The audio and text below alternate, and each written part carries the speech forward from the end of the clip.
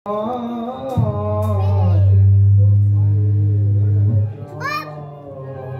আছে, তুমি এটা লক্ষ্য রাখবে। ঠিক আছে,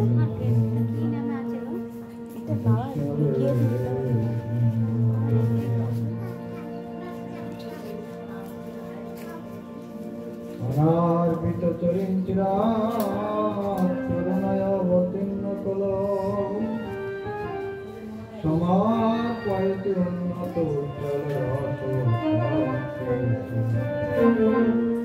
হরিব্রত সুন্দর দুটি পদাঙ্ক সন্ধিত সদারিরে সুন্দরে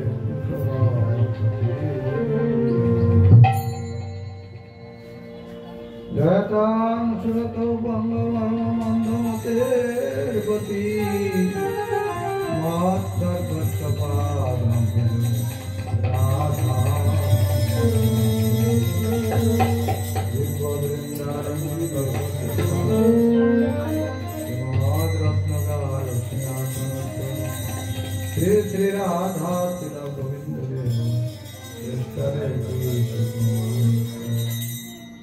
শিবাররাসরসম্ভি বংশীবট তটর্পিত দর্শন বেণু সমরিগোপী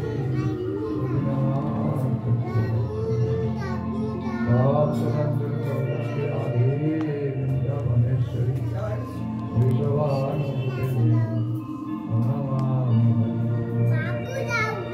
বৃন্দাই তুলসী দেবাই প্রিয়াই কেশবাসচ विष्णु भक्ति प्रदे देवी सत्सवती नारायण देवी मुसलवसंति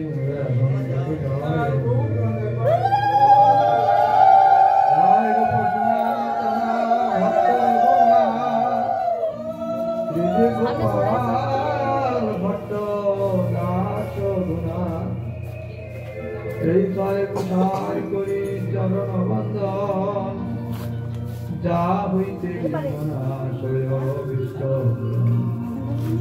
श्री कृष्ण चैतन्य प्रभु नित्यानंद श्री अद्वैत गदाधर शिवासादि गौरभक्तवृंद हरे कृष्ण कृष्ण कृष्ण हरे हरे हरे राम राम राम सर्वाग्रे पतित पावन परमात्मनि गुरुपाद पद्म नित्यलीला परिष्टम विष्णु स्तोत्र शतोत्र श्रीमद् भक्ति कुमार संतोष शिला गुरु महाराज अभय चरण अशांत शास्त्र दंडवाद पुनति ज्ञापन पूर्वक निवास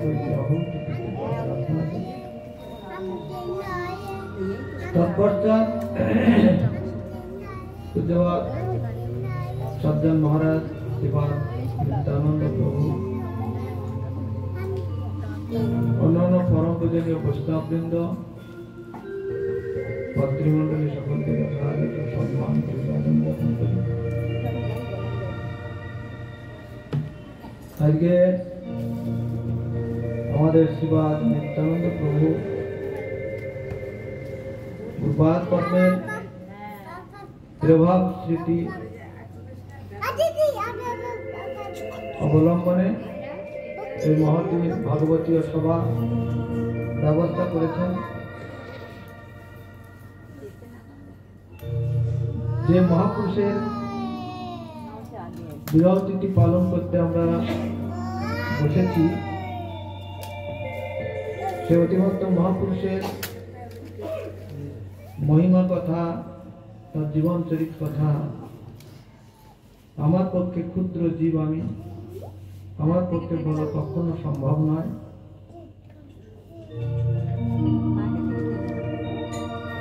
তোমার মহিমা গাড়ি হেন শক্তি মোর নাই, তথাপি দেহ যদি শক্তি, তারা যদি শক্তি প্রদান করেন তাহলে তার সম্বন্ধে দু একটি কথা আমার পক্ষে বলা সম্ভব হবে। গুরুতত্ত্ব বা গুরুপাদ পদ্ম অত্যন্ত ভারী তত্ত্ব, গুরুত্বপূর্ণ তত্ত্ব। জগৎগুরু প্রভুপাদ ভক্তি সিদ্ধান্ত সরস্বতী ঠাকুর তিনি এমন একটি সময়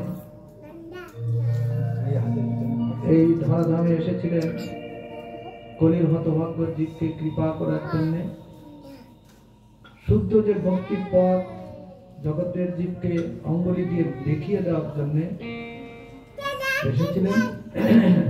তারই কায়পুজ্য স্বরূপে তার অনেক পার্শ্বদগণ তার সঙ্গে মিলিত হয়েছিলেন। তার ভিতর অন্যতম আমার শ্রী গুরুপাদ পদ্ম ছিলেন।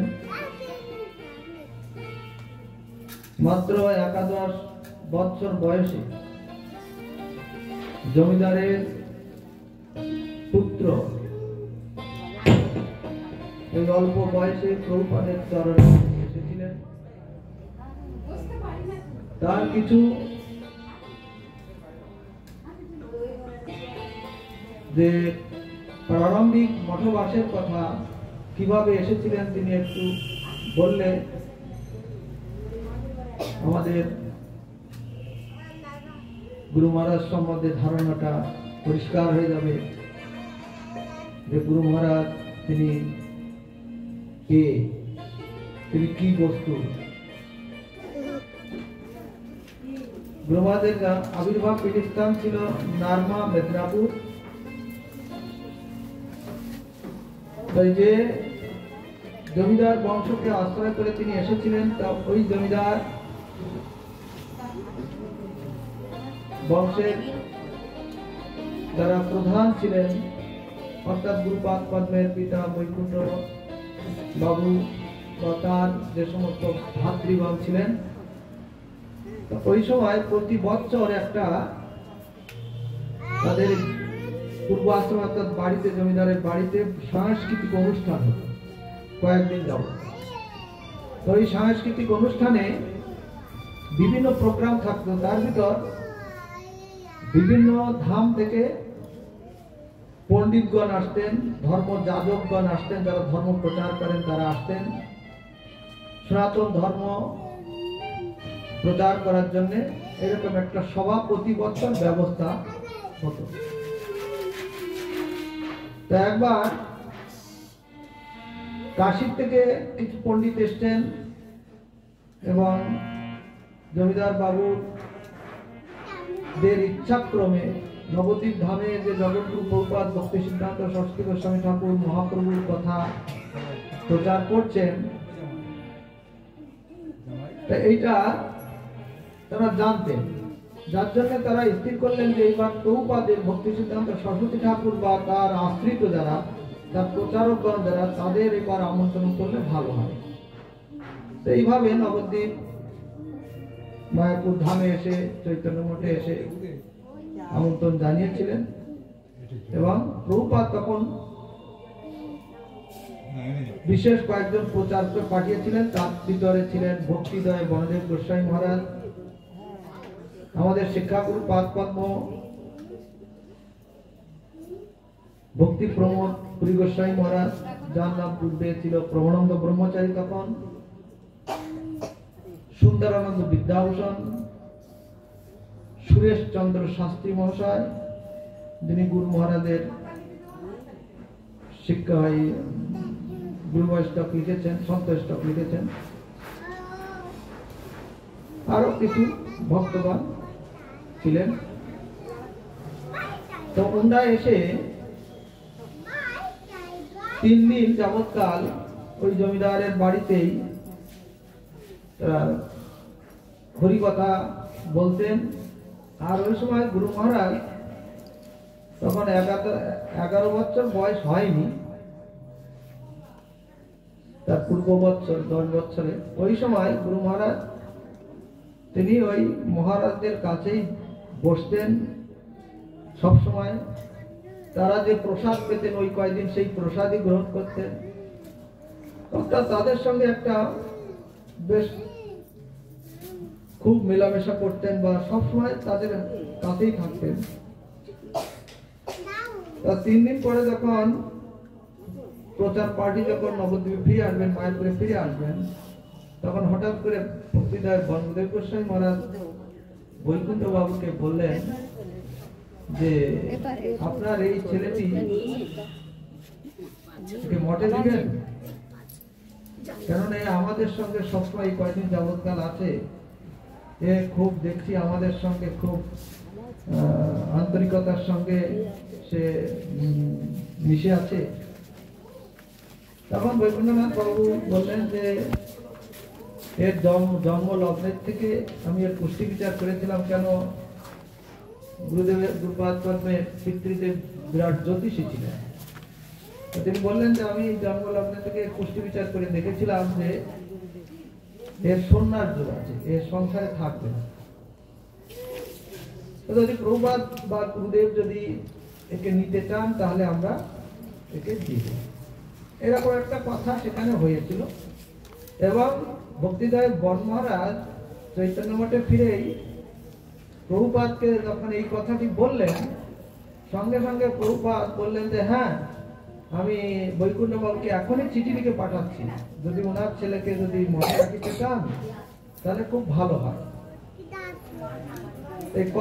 যে কথা সেই কাজ।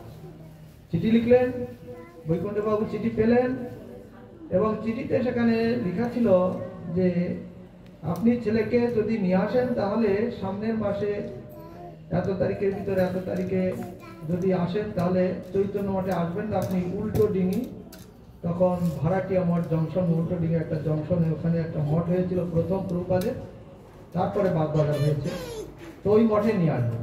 আর এই তারিখের পরে যদি আসেন তাহলে চৈতন্য মঠে, এরকম একটা দিয়েছিলেন, টাইম দেওয়া ছিল। চিঠি যখন পেলেন এবং চিঠি পড়ার সঙ্গে সঙ্গে গুরু মহারাজকে বললেন যে মঠে যেতে হবে। তা গুরু মহারাজ এত উৎসাহ তার ওই বয়সে হলো, যেন লোহা যেমন চুম্বককে আকর্ষণ করে, যেমন কোনো বাধা মানতে চায় না, ঠিক তেমনি যে বাবা তাহলে কবে যাবেন, চলুন গুরুদেবের কাছে যাব। তা গুরু মহারাজ নিজেই বলতেন যে যখন তিনি মানে জামা কাপড় পরে যেদিন যাচ্ছেন পিতার সঙ্গে, মানে প্রভুপাদের চরণে যাচ্ছেন, তা মা এক পাশে দাঁড়িয়ে আছেন, দাদারা এক পাশে দাঁড়িয়ে আছেন, তার বোনরা এক পাশে দাঁড়িয়ে আছেন। তা সবাই বোনরা বলছেন যে দাদা তুই চলে যাচ্ছিস? হ্যাঁ, তাহলে হ্যাঁ আমি চলে যাচ্ছি, আমি আমার গুরুদেবের কাছে যাচ্ছি। কথার ভিতর যেন একটা আলাদা ভাব রয়েছে সেখানে। এবং সর্বশেষে মায়ের কাছে যখন গিয়েছিলেন, মা খুব আশীর্বাদ করলেন এবং বললেন তুমি বাবা যাও, তুমি যে জন্য যাচ্ছ এইটা তুমি করবে। কি জন্য যাচ্ছ? হরিভজন করার জন্য, এইটা করবে, এটা তো মায়ের কথা।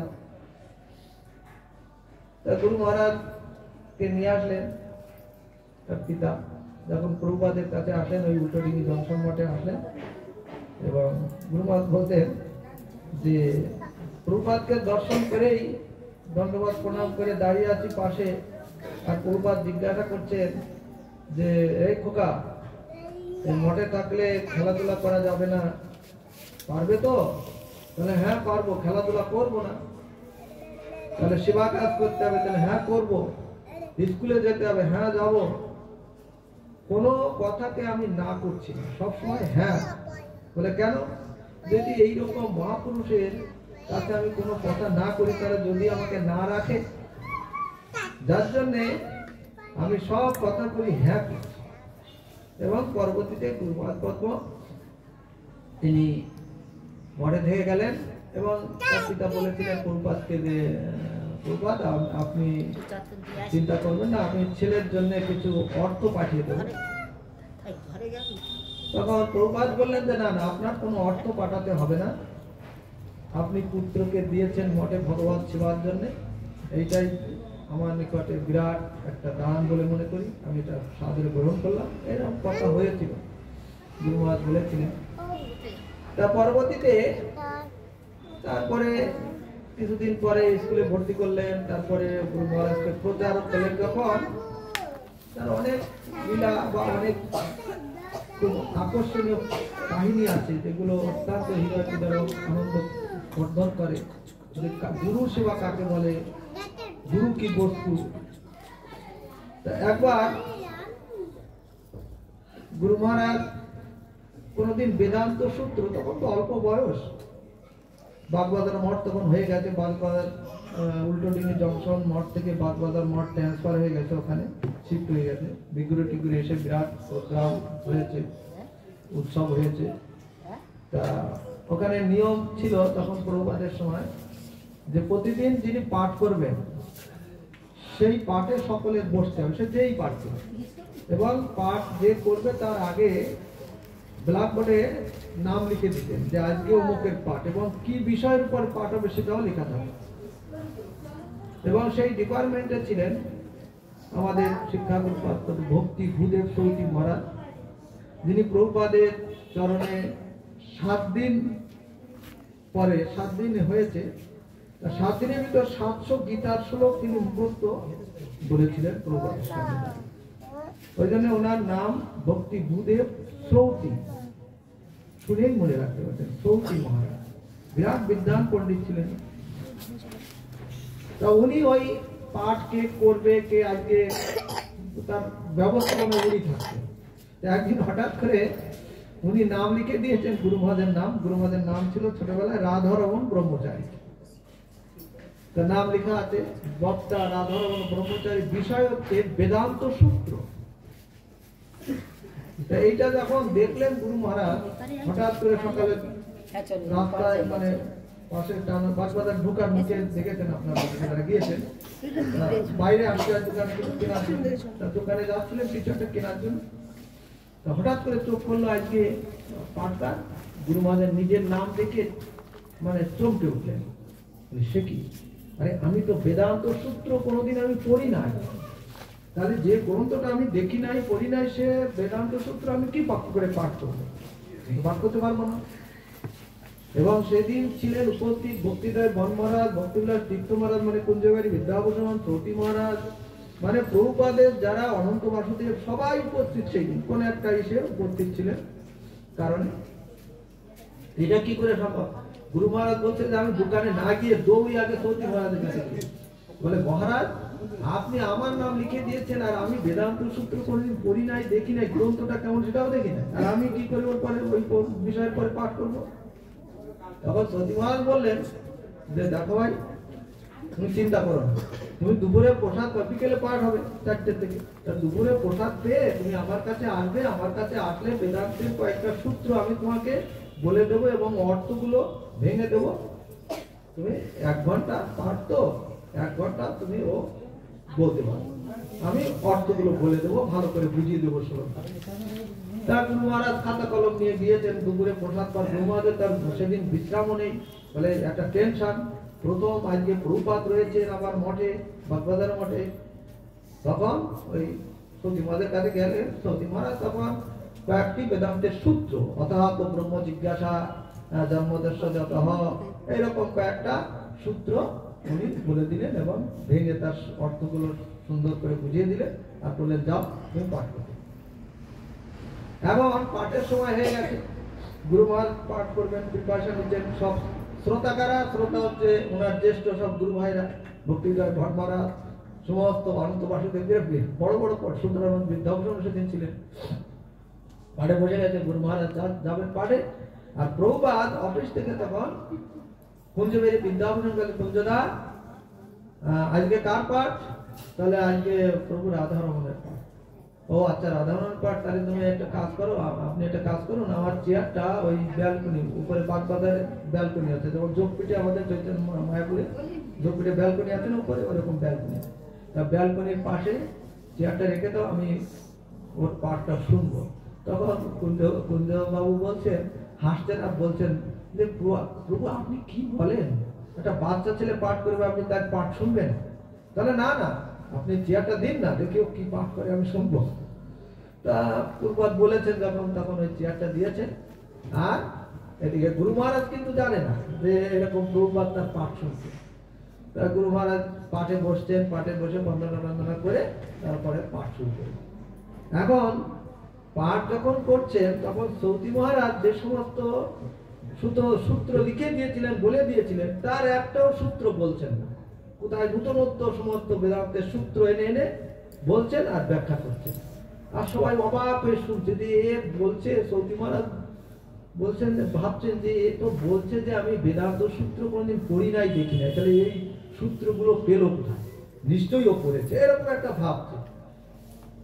পাঠ হয়ে গেল, সবাই পাঠ শুনে খুব প্লিজ, এবং পাঠের শেষে সৌতি মহারাজ জড়িয়ে ধরলেন, ওই ডায়াসে জড়িয়ে ধরলেন যে রাধারমণ তুমি বললে যে বেদান্ত সূত্র কোনোদিন পড়ি নাই, কিন্তু এইসব বেদান্ত সূত্র সব কোথায় পেল বলে জড়িয়ে ধরেছে। তারপরে প্রভুপাদ ভক্তি সিদ্ধান্ত সরস্বতী গোস্বামী ঠাকুর, সেই পরম গুরুদেব, তিনি সঙ্গে সঙ্গে চেয়ার থেকে উঠে অফিসে গেলেন। নিচে অফিস ছিল, অফিসে গেলেন। অফিসে তখন কুঞ্জবাবুকে ডেকে বলছেন, সবাইকে ডাকুন। তখন ডেকে, আচ্ছা আপনারা কেমন পাঠ শুনলেন রাধা রমণের? তখন কুঞ্জবাবু বলেছিলেন যে ভূতম করতি বাত এবং পঙ্গুম লম্বা, যে প্রভু রায় রামানন্দ সংবাদ, চৈতন্য মহাপ্রভু প্রশ্নকর্তা আর রায় রামানন্দ হচ্ছে একটা উত্তরদাতা। এটা কোনোদিন হয়? স্বয়ং ভগবান তিনি প্রশ্ন করছেন আর রায় রামানন্দ উত্তর দিচ্ছেন। উল্টো হওয়া উচিত ছিল যে রায় রামানন্দ প্রশ্ন করবেন, ভগবান চৈতন্যদেব উত্তর দেবেন। তা সেখানে রায় রামানন্দ কি করলেন? মহাপ্রভুকে সমস্ত উত্তর দিচ্ছেন রায় রামানন্দ সংবাদ। হ্যাঁ, এখানে সেখানে কি করে সম্ভব হয়েছে? না, মহাপ্রভু রায় রামানন্দকে শক্তি সঞ্চার করে তার মুখ দিয়ে তিনি বলেছেন। রায় রামানন্দের মুখে বক্তা শ্রী চৈতন্য দেব, আজকে রাধা রমণের এই মুখে বক্তা হচ্ছে আপনি, তা নাহলে এটা কোনোদিন সম্ভব না। তখন প্রভুপাদ বলেছিলেন যে আমি ওকে আশীর্বাদ করি, ও ভবিষ্যতে একজন বিরাট প্রচারক হবে, বক্তা হবে। এই যে প্রভুপাদের যে আশীর্বাদ, এই যে গুরুদেবের যে আশীর্বাদ, এই আশীর্বাদের জন্য পরবর্তীতে দেখুন আমাদের গুরু মহারাজের যত গুরু ভাইরা ছিলেন, প্রভুপাদের পরবর্তীতে সব আলাদা আলাদা মঠ হয়েছে, আমাদের বিভিন্ন গুরুবর্গরা করেছেন। তা যত গুরু ভাইরা ওনার ছিলেন, প্রত্যেকের সঙ্গে গুড রিলেশন ছিল। আমরা যতটা জেনেছি, দেখেছি, শুনেছি, কারোর সঙ্গে কোনো সকলে তাকে ডাকতেন ছোট বলে, যে এ আমাদের কনিষ্ঠ। কোনো সমস্যা হয়েছে কোনো মঠ মন্দির নিয়ে, গুরু মহারাজ গিয়ে তার সমস্যার সমাধান করে। কোনো মঠে আচার্য নিয়ে সমস্যা হয়েছে, গুরু মহারাজ গিয়ে সমস্যার সমাধান করতেন। চৈতন্য গৌরী মঠে, শ্রীকৃষ্ণ চৈতন্য মঠে গুরু মহারাজ নিজে গিয়েছে।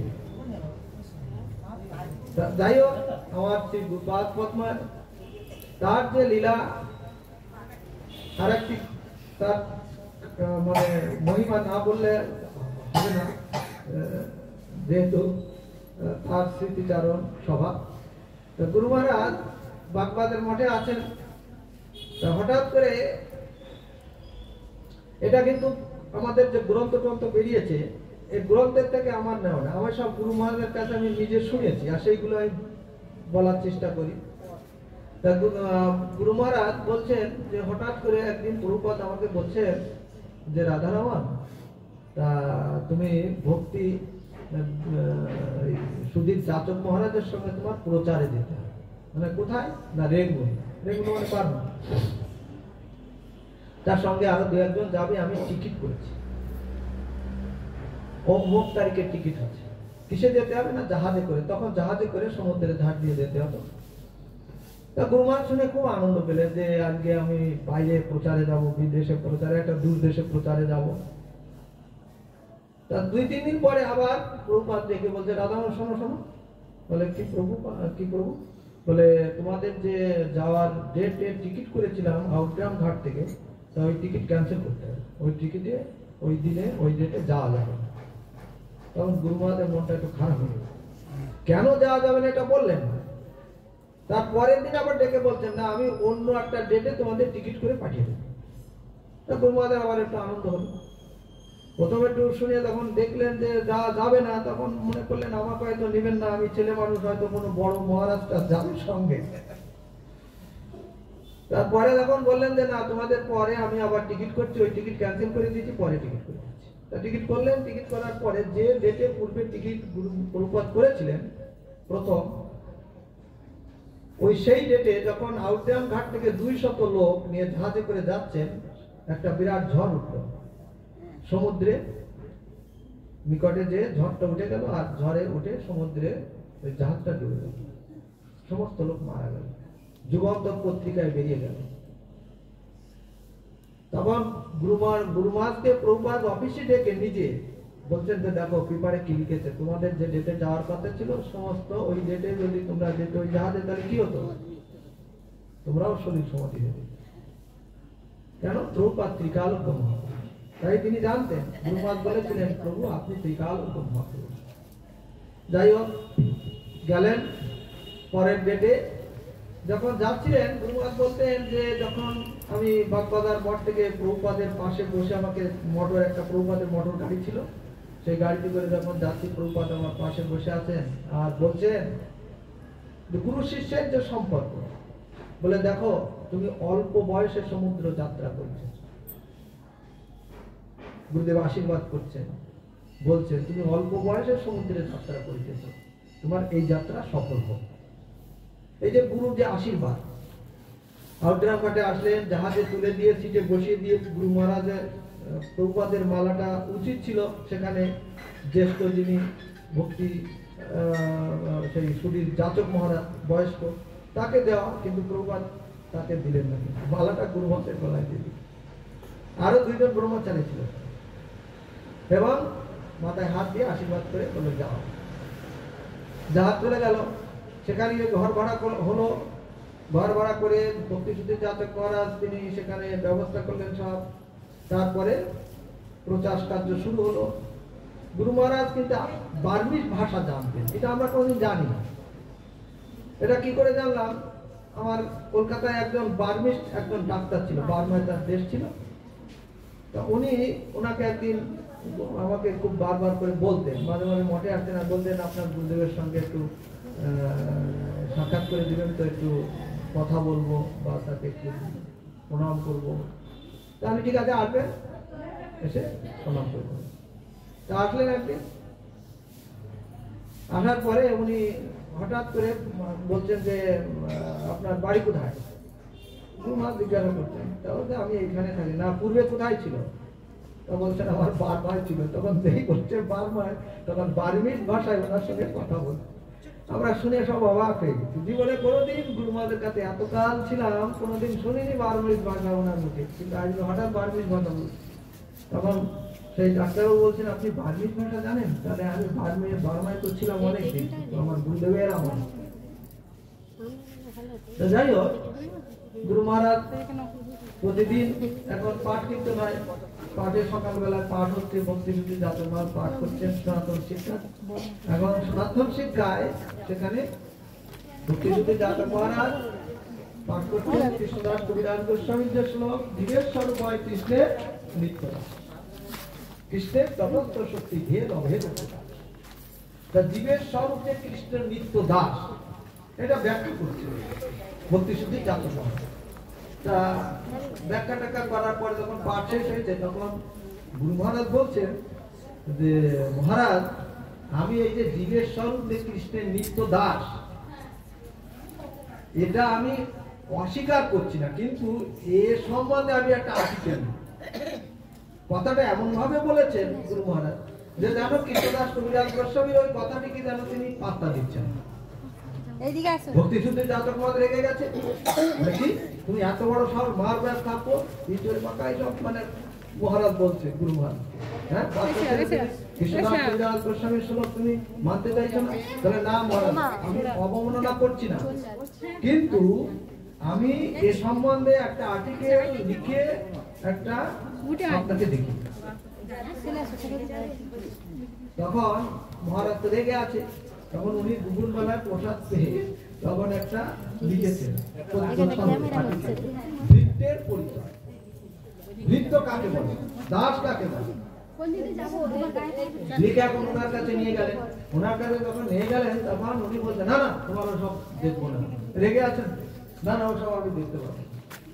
তখন গুরুমহারাজ বলছেন যে ঠিক আছে, আপনি মানে লেখাটা দেখবেন না, কিন্তু আমার গুরুদেবের কাছে অর্থাৎ প্রভুপাদের তিনি পোস্ট মানে সেই খামে করে পোস্ট অফিসের মাধ্যমে পাঠিয়ে দিলেন। পাঠিয়ে দেওয়ার পরে যখন মায়াপুরের চিঠিটা এসে গেছে, তখন ওই পত্রিকার ডিপার্টমেন্টে তখন ছিলেন এডিটর ছিলেন ভক্তি প্রমোদ পুরী গোস্বামী মহারাজ, সম্পাদক।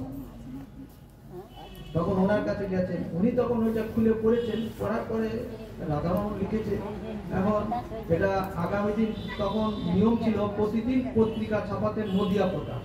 আমাদের যেমন পত্রিকা ছাপানো হয় প্রতিদিন আনন্দবাজার বা বর্তমান প্রতিদিনে, তা তখন গৌরীয় মঠের পত্রিকা ছাপানো তো প্রতিদিন বেরোতো। কি তার নাম ছিল দৈনিক নদিয়া প্রকাশ।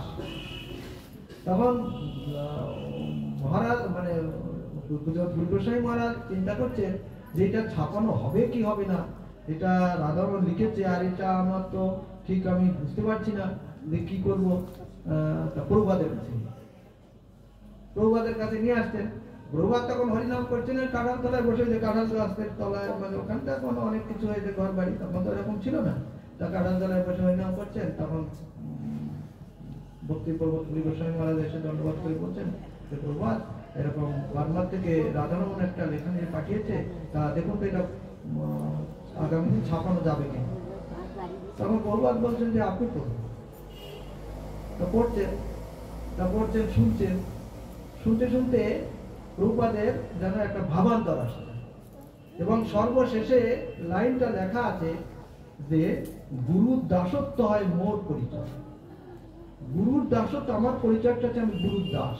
তার অর্থ তার পূর্বে যেসব লেখনী আছে, যে বয়ার আছে, তাতে তিনি জানাতে চাইছেন, বোঝাতে চাইছেন যে আমি ভগবানের দাস, ঠিক, এটা অস্বীকার করা যাবে না, আমরা ভগবানেরই দাস। কিন্তু আমরা তো ভগবানকে এখন দেখি নাই। ভগবানকে দেখেছি আমি, তো ভগবানকে যাকে আমি দেখতে পাইনি তার দাস মুখে মুখে বললে তো হবে না যে আমি তার দাস। তা আমি আমার সাক্ষাৎ গুরুদেবকে আমি সাক্ষাৎ দর্শন করছি।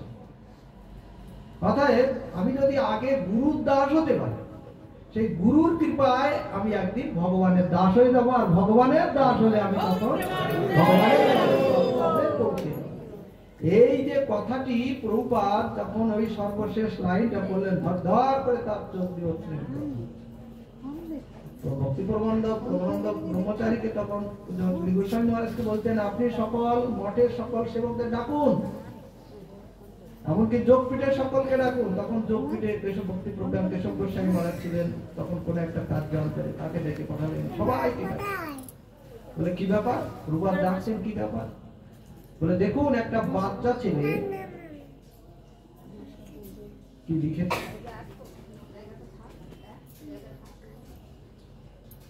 গুরু কাকে হবে, তার সেবক কাকে হবে।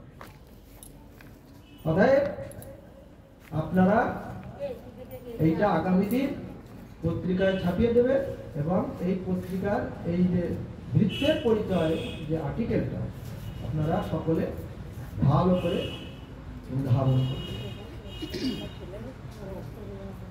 এই যে গুরু মহারাজের যে কীর্তি, গুরু মহারাজের যে মহিমা, এরকম অনেক তার লীলা, তার অনেক মহিমা আছে। আজকে গুরুদেব যে কি বস্তু এটা আমাদের জানা দরকার। যে গুরু শুধু মুখে মুখে গুরু বললে হবে না, মন্ত্র নিলেই, আমি অনেক জায়গায় বলি, মন্ত্র নিলেই শিষ্য হয় না। আবার গুরু করলেই যে শিষ্য, আমি গুরু করেছি শিষ্য হয়ে গেছি, তা কোনোদিন হয় না। যেমন সুখদেব গোস্বামী মহারাজ পরীক্ষিত মহারাজের মন্ত্র গুরু ছিল। কি গুরু ছিল? সৌতপন্ন আনুগত্য। আনুগত্যটাই প্রমাণ করবে গুরু শিষ্যের সম্পর্ক। গুরুদেব তিনি ভগবানের নিত্য পার্ষদ বললেও তাকে পূর্ণভাবে গুরুদেবের মহিমা বলা হলো না। অভিন্ন গুরুপাদ পদ্ম সাক্ষাৎ হরিতের সমস্ত শাস্ত্র যুক্তস্তত মহব্বত এব শক্তি কিন্তু প্রভুর যে প্রিয়বতস্য বন্দে শ্রী গুরু চরণ সাক্ষাৎ হরি। তারপরে বলছেন কিন্তু প্রভুর প্রিয়বতস্য, তার অত্যন্ত প্রিয়। আমার গুরু চৈতন্যের দাস, তথাপিও জানি আমি তাহার প্রকাশ। তার প্রকাশ না, গুরুর মহিমা বলে তাকে আমি বিরাট করে দিতে পারি না। তার মহিমায় তিনি নিজেই মহিমান্বিত, তার মহিমা আমি কি বলতে পারি? এই জন্যে গুরু তত্ত্বটা আমাদের ভালো করে অনুধাবন করতে হবে। আজকে দেখুন আমাদের সেই একালব্য, একটু কাহিনীটা একটু বলি, না বললে অনেকে ভুল ব্যাখ্যা করে। একলব্য গেলেন হচ্ছে কার কাছে? দ্রোণাচার্যের কাছে, যে আমাকে মন্ত্র শিক্ষা দিন, মানে অস্ত্র শিক্ষা দিন। তো অস্ত্র, তখনকার অস্ত্র মানে মন্ত্র দিন। এখন দ্রোণাচার্যের তার পূর্বে কিন্তু উনি হচ্ছে রাজগুরু, ভালো করে বলুন। এখন রাজগুরু চিন্তা করলেন যে আমি এই রাজাদের ছেলেদের শিক্ষা দেব, কথা দিয়ে ফেলেছি তাদের শিক্ষা দেব। এখন এর ভিতর এই যে চন্ডালের ছেলে, এর ভিতর ঢুকে গেলে একটা বৈষম্য, একটা দোষ হবে। তার জন্য উনি না করলেন যে না, আমি তোমাকে দিতে পারবো না। কিন্তু উনি কি করলেন না, উনি অহংকারে মত্ত হয়ে, অভিমানী হয়ে তিনি চিন্তা করে কি আমাকে দীক্ষা দেবে না, ঠিক আছে আমি যাব, আমি এই গুরুর মূর্তি করব। গুরু স্বীকার করেছি, গুরুর মূর্তি করব, আর গুরুর মূর্তি করে এই গুরুর কাছ থেকে আমি কঠোর তপস্যা করে সব শিক্ষা নেব। করলেন, দেখুন জঙ্গলে দিয়ে সেখানে দ্রোণাচার্যের মূর্তি করলেন, সিদ্ধি লাভ করলেন। হঠাৎ করে দ্রোণাচার্য এখন পঞ্চ পাণ্ডবদের নিয়ে একবার তিনি এসেছিলেন, সেই জঙ্গলে তিনি আসছিলেন, ঘুরতে আসছিলেন। হঠাৎ করে দেখছেন একটা কুকুর, তার মুখে বাণ লাগানো, তার মুখে কিন্তু বাণ ফোটেনি, লেগেছিল, মুখে লাগানো ছিল, যাতে কুকুরটা ডাকতে না পারে, ঘেউ ঘেউ করতে না পারে। এইটা দেখে অর্জুন এইটা দেখে চিন্তা করছে যে হায় হায়, এই গুরুদেব যে বলেন যে আমি তোমাকে সমস্ত অস্ত্রবিদ্যা শিক্ষা দিয়েছি, কিন্তু এইটা তো শিক্ষা দেয়নি। তখন তারা কি করলো যে এই কুকুরটা কোন দিক দিয়ে আসছে, পঞ্চপাণ্ডব সেই দিকে গিয়েছিলেন, গিয়ে দেখলেন যে দ্রোণাচার্যের মূর্তি আবার সেই একালব্য সব দেখে আসছে, দেখে গুরুদেবের কাছে এসে বললেন। গুরুদেবের কাছে এসে বললেন যে গুরুদেব এই ব্যাপারটা, আপনি তো এই অস্ত্রটা, কি অস্ত্র, তাহলে এই যে কুকুরের মুখে বাণ লেগে আছে, চলো তো দেখি কোথা থেকে শিখেছে, কে শিখিয়েছে, যে দেখো না নিজের মুখে। গেলেন, জিজ্ঞাসা করলেন তোমার গুরুকে? বলে আপনি আমার গুরু। বলে আমি যদি তোমার গুরু হই তাহলে গুরু দক্ষিণা দিতে হবে। তাহলে আপনি তো গুরু তাকে শিষ্য স্বীকার করেননি, তাই গুরু দক্ষিণাটা চাওয়ার অধিকারটা কি?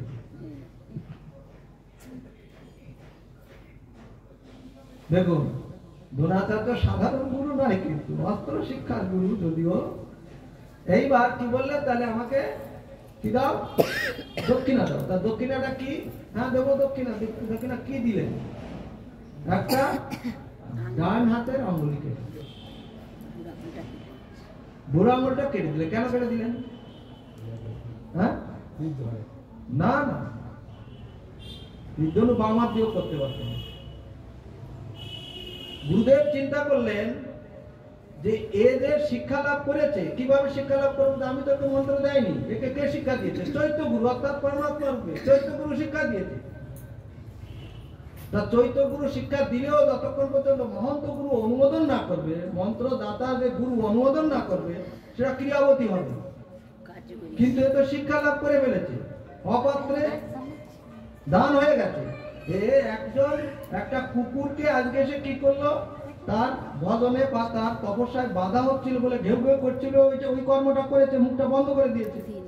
একটা মুকুর ধরলে তো, একটা হেই করলে তো কুকুরটা পালিয়ে যেত, কিন্তু সেখানে একটা বিরাট অস্ত্র প্রয়োগ করে ফেলেছে, যেখানে সেখানে অস্ত্র এরকম প্রয়োগ করবে। অতএব এর মন্ত্র সব হীন করে দিতে হবে, এর মন্ত্র শক্তি সব নষ্ট করে দিতে হবে। তার জন্য এই অঙ্গ কেটে নিলেন। অঙ্গ কেটে নেওয়া মানে তার অঙ্গ হানি করলেন। আর অঙ্গ হানি, এই জন্য একটা শ্লোক আছে, হীনাঙ্গী বলে অঙ্গহানি। অঙ্গহানি হলে পরে তার মন্ত্র সব হানি হয়ে যাবে, মন্ত্র আর পূর্ণ থাকবে না, মন্ত্র সব হীন হয়ে যাবে, ও মন্ত্রের আর কোনো কাজ। এই জন্যে দ্রোণাচার্য ওই অঙ্গটা কেটে দিয়েছে। এই জন্য আমাদের মহন্ত গুরু, শিক্ষা গুরু, চৈত্য গুরু, কিন্তু মহন্ত গুরু একজন হবে, শিক্ষা গুরু আপনার অনেক হতে হবে। আর সেই মহন্ত গুরু এবং আনুগত্যের, শিক্ষা গুরুর অনুগত হয়ে, আনুগত্য গৌরমটা হচ্ছে আনুগত্য হচ্ছে প্রধান ভজনে। যদি আনুগত্য না থাকে ভজন জীবনে কিচ্ছু হবে। আমার গুরু মহারাজ জীবনকে দেখেছি, চোখের সামনে দেখেছি। ভক্তি প্রমোদ পুরী গোস্বামী মহারাজ যে কাছে গিয়েছেন, অনেকবার গিয়েছেন, সঙ্গে ছিলাম, অনেকবার দেখেছি। পূজবাদ পুরী গোস্বামী মহারাজ সঙ্গে সঙ্গে হয়তো উঁচু কোনো চেয়ারে বা কোনো পালঙ্কর করে বসে আছেন, ভজন করছেন। হ্যাঁ, মহারাজকে ঘরে ঢুকছেন, মহারাজ দরজার সামনে হয়তো দাঁড়িয়েছেন মহারাজ, যখনই দেখছেন তখন সঙ্গে সঙ্গে যেন মনে হয় লাভ দিয়ে পড়েছেন, চৌকির থেকে লাভ দিয়ে পড়ে ষষ্ঠাঙ্গে দণ্ডবোধ করছে। আর গুরু মহারাজ ওইখানে সঙ্গে সঙ্গে হাতে লাঠি থাকতো, লাঠিটা দূর করে ফেলে দিয়ে ষষ্ঠাঙ্গে দণ্ডবোধ করে দিয়ে আবার দুইজনে এক জায়গায় বসতেন, কত না কত তাদের অন্তরে হৃদয়ের কথা আলোচনা। এইরকম অনেক মহাপুরুষদের তাদের যে প্রীতি, তাদের সঙ্গে যে এইরকম একটা অ্যাডজাস্টমেন্ট যাকে বলে, এটা আমাদের আস্তে আস্তে এখন হারিয়ে যাচ্ছে। আমরা সাধু হয়েছি, কিন্তু সাধু হয়ে যদি নিষ্কপট যদি না হতে পারি, গুরু মহারাজ একটা কথা বলতেন সবসময় যে কপট আর নিষ্কপট, নিষ্কপটের ক্ষমা আছে আর কপটের কোনো ক্ষমা হবে। গুরু মহারাজ উদাহরণ দিয়ে বোঝাতেন যে একই সঙ্গে দুটো যুবক ছেলে আসছেন মন্দিরে প্রণাম করতে, একজন কপট, একজন নিষ্কপট। একজন সরল, নিষ্কপট মানে সরল, আর একটা যুবতী মেয়ে আসছে, তা দেখে একজনের দুইজনেরই ভোগের পিপাসা দেখেছে। গুরু মহারাজ বলতেন, তা গুরু মহারাজ বলতাম তাহলে কি হবে? বলে ওই যে কপট, ওর ক্ষমা হবে না, আর যে সরল সে পরক্ষণে চিন্তা করছে হাই হাই এ আমি ঠাকুরকে, হে ঠাকুর আমাকে ক্ষমা করো, ঠাকুর ক্ষমা করবে, আর ওর কোনো ক্ষমা হবে না, ওর শাস্তি হবে। এর কিন্তু যখনই ক্ষমা চাইবে ক্ষমা হবে, সরল। অতএব এই যে গুরুদেব, তিনি হচ্ছেন নিত্য ভগবানের শ্রেষ্ঠ। যদি গুরু না যদি না আসতেন জগতে, তাহলে আমরা ভগবানের কে জানতে পারতাম। গুরু, এই জন্য গুরু পরম্পরা আছে, গুরু পরম্পরা, পরম্পরা যেন পরম্পরা ধারায় আমাদের আজকে সেই কৃষ্ণের থেকে একবারে প্রভুপাদ, চৈতন্য মহাপ্রভু প্রভুপাদ, তারপরে আমার গুরুদেবকে পেয়েছি। এখানে আমাদের জীবা নিত্যানন্দ প্রভু, তিনি আমার গুরুদেবের অত্যন্ত পাঠ করতে, যে পাঠ প্রচার গুরু মহারাজদের কত প্রিয় ছিল, যে কোনো এক সময় রাধাকুণ্ডের থেকে একজন মহারাজ গৌরী মঠের আসছেন, মুখে দাড়ি, চাপ দাড়ি নিয়ে বেশ সেজে গুজে আসছেন। তা আমি তো প্রায় সময় গুরু মহারাজের মানে ওই একটু ভিক্ষায় দিতাম ঘন্টা দুই আড়াই, তারপরে মঠে সবসময় গুরু মহারাজের কাছে থাকতাম। তা ওই মহারাজ সেজে গুজে আসছে, এসে যখন ওই গুরু মহারাজের ঘরে ঢুকতে যাবেন তখন গুরু মহারাজ তাকিয়ে পড়েছেন। হ্যাঁ, তাকেই মানে গুরু মহারাজ জিজ্ঞাসা করছেন, মানে দেরি নেই, হ্যাঁ, যে প্রণাম করুক তারপর উঠে বসুক না, হ্যাঁ তুমি কোথা থেকে এসছো, মানে কিরকম একটা ক্রোধ ক্রোধ ভাব এসে গেছে। তখন আমি দেখলাম যে তো মুশকিল হয়ে যাবে, হয়তো গুরু মহারাজ হাত চালিয়ে দেবে বা খড়ম চালিয়ে দেবে যে কোনো মুহূর্তে। তখন সঙ্গে সঙ্গে গুরু মহারাজকে বললাম, মহারাজ ইনি রাধাকুণ্ডেতে এসছেন, আপনার গুরুদেবের মঠেই থাকেন এবং ইনি খুব প্রচার করেন, হরিকথা বলেন এবং অপসম্প্রদায়ের বিরুদ্ধে অনেক তিনি আন্দোলন করছেন। বলে ও তাই নাকি? কথাটা যেই বলা হয়েছে সঙ্গে সঙ্গে মহারাজের মনটা নরম হয়ে গেছে। তখন মহারাজ বলতে, তুমি দাঁড়িয়ে এইসব দাড়ি রেখেছো কেন? চাপ দাঁড়িয়ে রেখেছো কেন? বলে ওটা সন্ন্যাসী। তখন বলছে যে মহারাজ আমার এমনি একটু চোখের সমস্যা হতো এইসব বলছে। তাহলে না এগুলো করবে না। আচ্ছা শোনো, তুমি তো নারায়ণ মহারাজ বলছে ভালো হরি কথা বলতে পারো, আজকে তাহলে বিকেলে পাঠ করো। দেখুন গুরু মহারাজের কাছে কোনো ক্ষমা হবে না, ওই রকম ভাবে কোনো সন্ন্যাসী যাবে আর তার ক্ষমা করে দেবে, শুধু ওই পাঠ প্রচার করে। এটা যখন বলা হলো মহারাজের মনটা নড়বে। কেন? গুরু মহারাজ বলতেন যে আমার গুরুদেবের কথা, আমার প্রভুপাদের কথা যারা প্রচার করে তারাই হচ্ছে আমার সব থেকে প্রিয় এবং আপন লোক। আমাদের নিত্যানন্দ প্রভু সেই ভূমিকায় আছে এখানে। আজকে সে এখানে পাঠ প্রচার করেন। হ্যাঁ, তার সঙ্গে আমার গুড রিলেশন রয়েছে। দীর্ঘদিন যাবৎকাল আমি আসা যাওয়া করতে পারি না। আমি নিজে এখন এই মঠ করতে গিয়ে এত সমস্যা, মানে দিন রাত আমার প্রোগ্রাম করতে হয়, তার জন্য ও ডাকলেও আমি আসতে পারি না। এবার মানে খুব ই করলো যে না ডেট একটা ফাঁকা দেখুন। আগে একটা ডেট দিলাম, সেটা হচ্ছে এমন পড়ে গেল সেই কি মাস, এই কি যেন সংক্রান্তি। তাহলে সর্বনাশ, ওই দিন হবে না, ওই দিন করা যাবে না। তার আগের দিন আমাদের আবার গুরুদেবের তিথি থাকে মায়াপুরে, সেই তিথি আবার সেটা পরিবর্তন করে আবার আজকের দিনে ডেট করা হলো। আর সেইভাবে আজকে এই রাত মহোৎসবের ব্যবস্থা দেখে শুনে খুব ভালো লাগছে, আনন্দ লাগছে। আমার গুরুদেব বলতেন, আমাকে একসময় বলেছিলেন তুমি আমার গুরুদেবের কথা প্রচার করছো, আমার প্রভুপাদের কথা, মহাপ্রভুর কথা প্রচার করছো, আমি তোমাকে আশীর্বাদ করি। তো এখানেও আমার গুরুদেবের কথা, আমার প্রভুপাদের কথা, মহাপ্রভুর কথা প্রচার করছেন নিত্যানন্দ প্রভু। গুরুদেবের হাত আর একবার মাথার করে নিশ্চিত আছে, তা না হলে সে প্রচার করতে পারত না। সে নিষ্কপটভাবে প্রচার করছেন। এটা খুব আপনারা সকলে তার সাহায্য করবেন। হ্যাঁ, এখানে যারা আছেন ভক্তবৃন্দ, আপনাদেরও মঙ্গল হবে, আমার গুরুদেবের আশীর্বাদ পাবেন নিশ্চিত। আজকের এই তার এই বিরহ তিথিকে অবলম্বন করে, যদিও আজকে তার বিরহ তিথি নয়, তার স্মৃতি আমরা পালন করছি। তা এই তিথিতে গুরুদেব তার মহিমা তিনি আছেন এখানে। যেখানে হরি আছে কোথায় হরি কথায়, গুরুদেব কোথায় আছে গুরুর কথায় গুরুদেব আছেন। হ্যাঁ, কথায় আপনারা সকলে সেইভাবে তার সহযোগিতা করলে আপনাদের মঙ্গল হবে। এই প্রার্থনা করে আমি গুরুদেবের চরণে পুনঃ ধন্যবাদ জানিয়ে আমি এখানে হরি কথা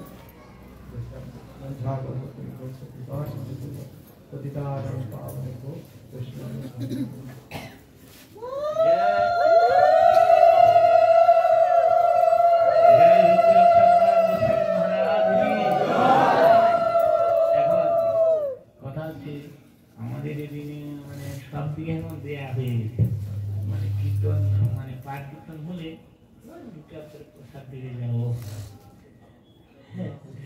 সেই এখন দেয়া হয়ে গেছে।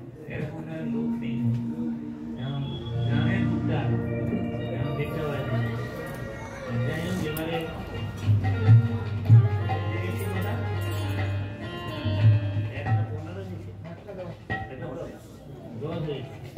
10-15 মিনিট আমরা পাঠ কীর্তন করবো।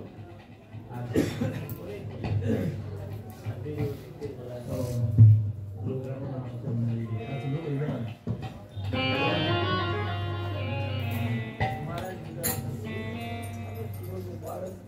এখন আমাদের ভক্তি সুরের সজ্জন মহারাজ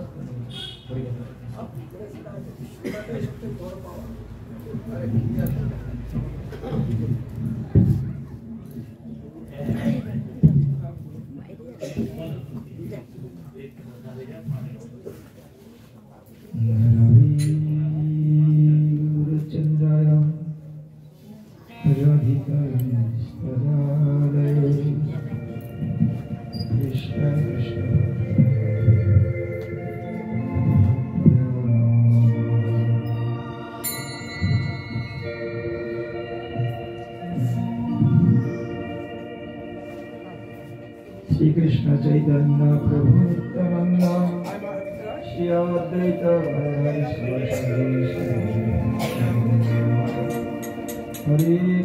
हरे कृष्ण कृष्ण कृष्ण हरे हरे हरे राम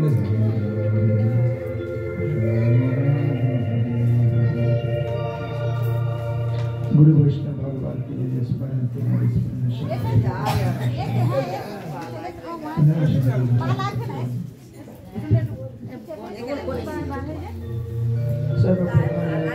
कृष्ण संबंध ज्ञान प्रदान कृपा भक्ति जीवन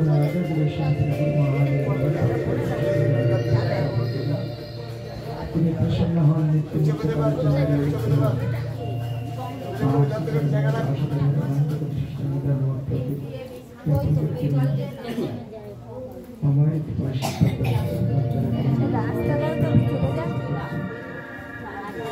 मंच उपस्थित अभिन्न गुरु पाद पद्म शिक्षा गुरु पाद पद्म परम पूज्य भक्ति नारायण स्वामी गुरु महाराज चरण दंडवत बंदी ज्ञापन करें कृष्ण धर्मपति प्रसन्न हन हमारे आशीर्वाद प्रसन्न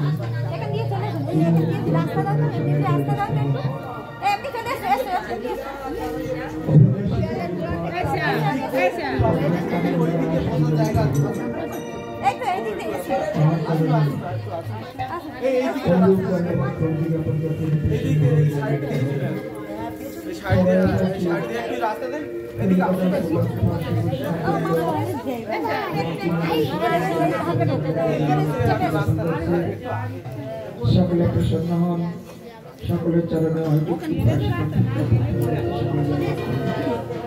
সমস্ত পরম গুরু মহারাজগণ সহপার্ষদ সম্প্রদায় গুরুপাদ স্বামী পঞ্চতত্ত্ব কলিযুগ পাবনাবতারী গৌরসুন্দর গিরিধারী গান্ধারী ধর্ম শ্রীমতী রাধারানীর চরণে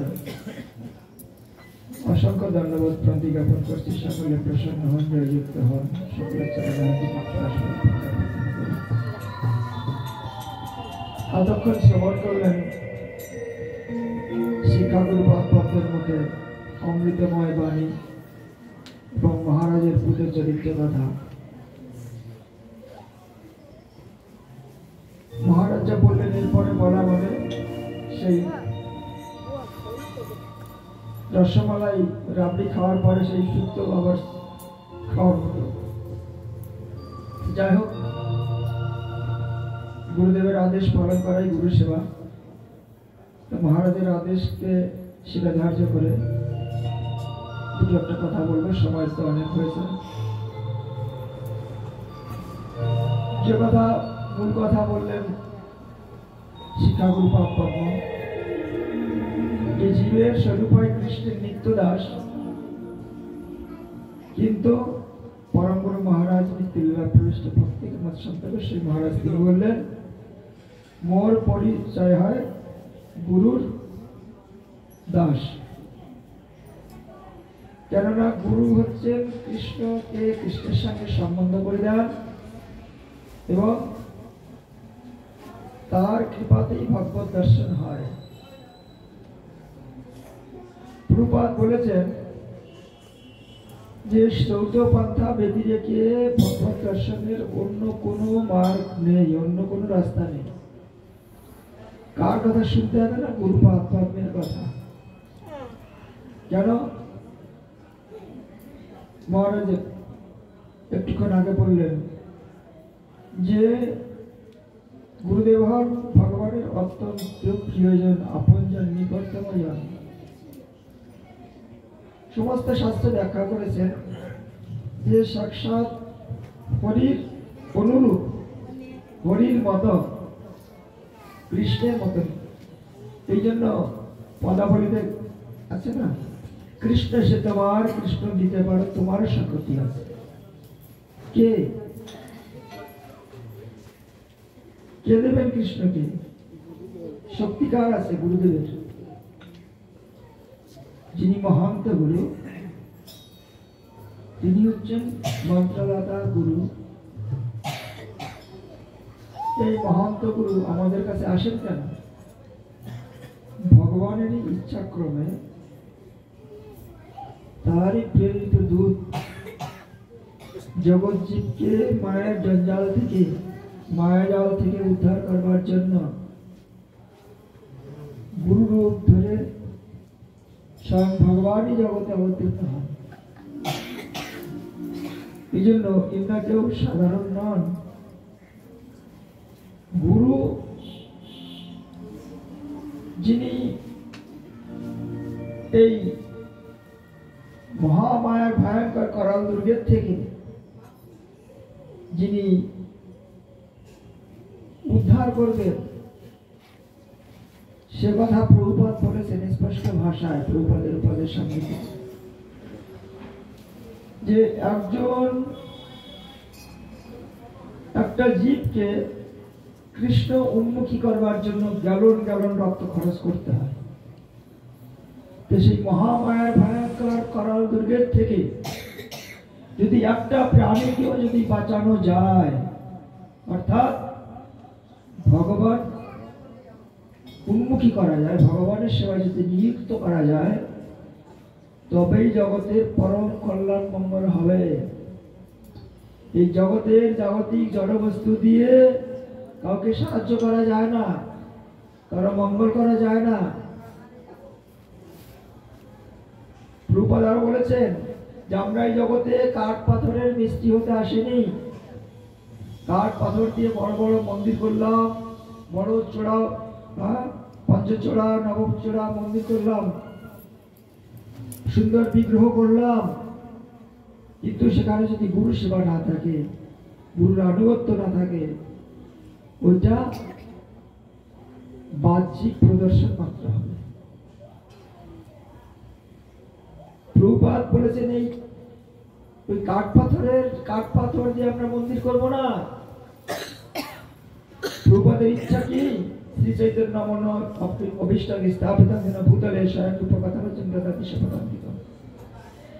এই প্রত্যেকটা জীবের মধ্যে সেই ভগবত চেতনা জাগ্রত করে, চৈতন্য মঠ একটা চৈতন্য মঠ নয়, প্রত্যেকটা জীবের মধ্যে চৈতন্য মঠ স্থাপন করবার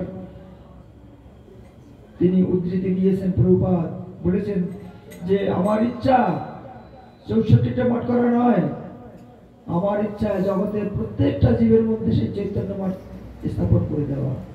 কেননা চৈতন্য ব্যতি রেখে যার চৈতন্য, যে চৈতন্যবিহীন, চৈতন্য তো সকলের আছে, একটা জাগ্রত একটা সুপ্ত চৈতন্য, অর্থাৎ সে পরমাত্মা যার দ্বারা আমরা শুনতে পারছি, দেখতে পারছি, বলতে পারছি, চলতে পারছি, হ্যাঁ, শ্বাস প্রশ্বাস নিচ্ছি, তার কথায় বেঁচে আছি। কার জন্য? সেই চৈতন্যের জন্য। এতে তাংশ কলা পুরুষ কৃষ্ণস্ত স্বয়ং ভগবান। স্বয়ং ভগবান শ্রীকৃষ্ণই প্রত্যেকটা জীবের চিত্তে তিনি চৈতন্য রূপে, চিৎকণ রূপে বর্তমান আছেন জন্য আমরা সবকিছু করতে পারছি, দেখতে পারছি, শুনতে পারছি। কেননা স্বয়ং কৃষ্ণ প্রত্যেক জীবের মধ্যে আছে। এইটা যারা বহির্মুখ জীব, তাদের মধ্যে এই চৈতন্য জাগ্রত নেই। সেই চৈতন্যকে জাগ্রত করে দেওয়ার জন্যই গুরুপাদ পদ্ম। জীব অনাদিকাল কৃষ্ণ বহির্মুখ হয়ে আছে, সে বহির্মুখতা থেকে উন্মুখ করানো এই কাজটা, এটা হচ্ছে জগতের প্রকৃত কল্যাণ মঙ্গল। জীব তো অনেক আছে, কিন্তু 84 লক্ষ জীবের মধ্যে 4 লক্ষ প্রকার মনুষ্য আকৃতি প্রাণীকে সৃষ্টি করেছেন ভগবান। সৃষ্টির শ্রেষ্ঠ জীব হচ্ছে মনুষ্য আকৃতি প্রাণী। সে মনুষ্য আকৃতি প্রাণী যদি হরিভজন করে, তবেই জগতের প্রকৃত কল্যাণ মঙ্গল হবে। এই কার্যটা তিনি যার দ্বারা সম্পাদন হবেন, তিনি হচ্ছেন গুরুপাদ পদ্ম। সেই গুরুপাদ পদ্মের যার স্মৃতি উদ্দেশ্যে আজকে বৈষ্ণব সভা। এই একটা কথা বলে আমি শেষ করব। এই পরম পুরুষের দর্শন 3 বার মাত্র হয়েছে, আর 1 বার মাত্র চরণে স্পর্শ করবার সৌভাগ্য লাভ হয়েছিলেন। সেটা হচ্ছে বেহালা মঠের বর্তমান আচার্য ত্রিবেণী স্বামী ভক্তি সুন্দর যদুদেব গোস্বামী মহারাজের কৃপাতেই ওই দিন না হলে আর হয়তো আর হতো না। তার কারণ আগে তো সেই মানে চারদিকে কাজ দিয়ে আটকানো ছিল, ভিতরে কেউ যেতে পারতেন না। তো সেদিন কি করে মানে দরজা খুললেন, আর জ্যোতি মহারাজ জ্যোতি মহারাজ আমাকে হাত ধরে নিয়ে গেলেন, আমার পরিচয় করিয়ে দিলেন, বললেন যে মহারাজ আপনাকে প্রণামী দিয়েছে, আপনার জন্য যে ফল টল নিয়ে আসছে, আপনাকে প্রণাম করতে চাই, এর মাথায় হাত দিয়ে আপনি আশীর্বাদ করুন। তো সেদিনকে মহারাজের হাত তো আমার মাথায় দিয়েছিলেন বিধায় আজকে যেন সাধু সঙ্গ করবার সৌভাগ্য আমার হয়েছে। এটা আমি অনুভব করি, কেননা আমার জীবনে অনেক ঝড়ঝাপটা গেছে। জীব তো আমি তো কর্মবদ্ধ জীব, কর্মফল ভোগ সবাইকে করতে হয়, কিন্তু যদি কোনো সাধুর কৃপা আশীর্বাদ হয়, হাজারো ঝড়ঝাপটার থেকেও সে নিস্তার পেতে পারে, তার একটা প্রমাণ আমি সেই পরম পুরুষের সেই দিব্য মহাত্মার চরণে আমি পুনঃ পুনঃ ধন্যবাদ প্রতি জ্ঞাপন করছি। তিনি তারা নিত্যধাম থেকে আমার প্রতি কৃপা আশীর্বাদ করুন, নিত্যকালের জন্য জয়যুক্ত হোক। সকলের চরণে আমি এই প্রার্থনা রেখে আমার এই ক্ষুদ্র বক্তব্য এখানে আমি রাখলাম। মঞ্চাগল পুত্রে বর্ষে কৃপা সিন্ধু প্রবচন পতিতানাং পাবনে ভব বৈষ্ণবে ভব নমো নমঃ। জয় শ্রীরাম পুরুষোত্তম কৃষ্ণপাদ শ্রী পঞ্চমকাজ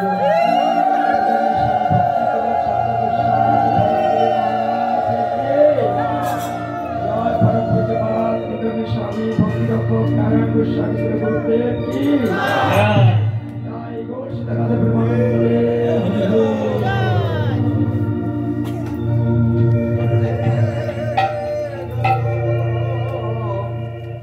ভক্তি কুন্দ সন্ত গোস্বামী মহারাজ জয় হে জয় শ্রী ভক্তি কুন্দ সন্ত গোস্বামী মহারাজ হে জয়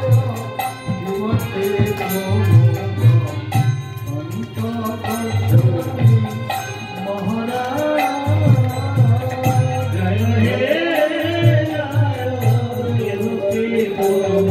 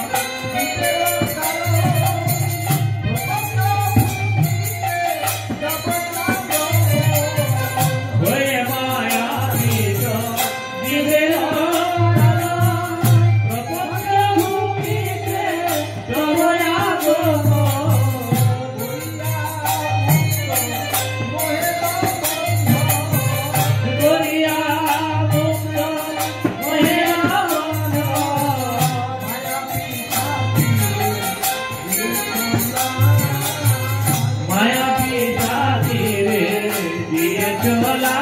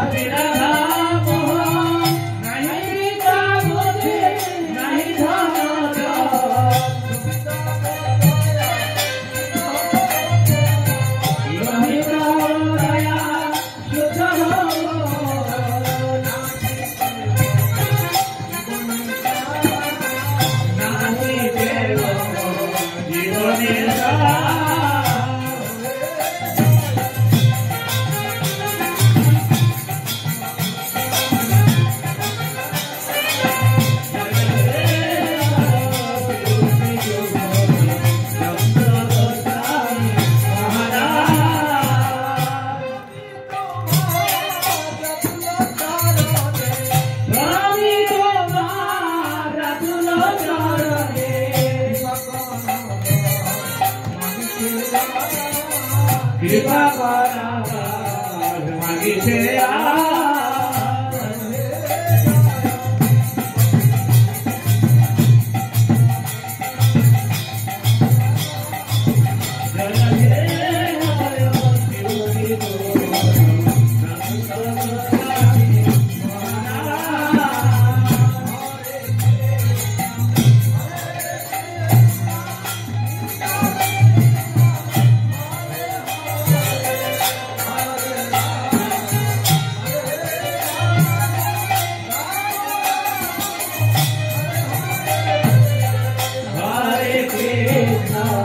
Hare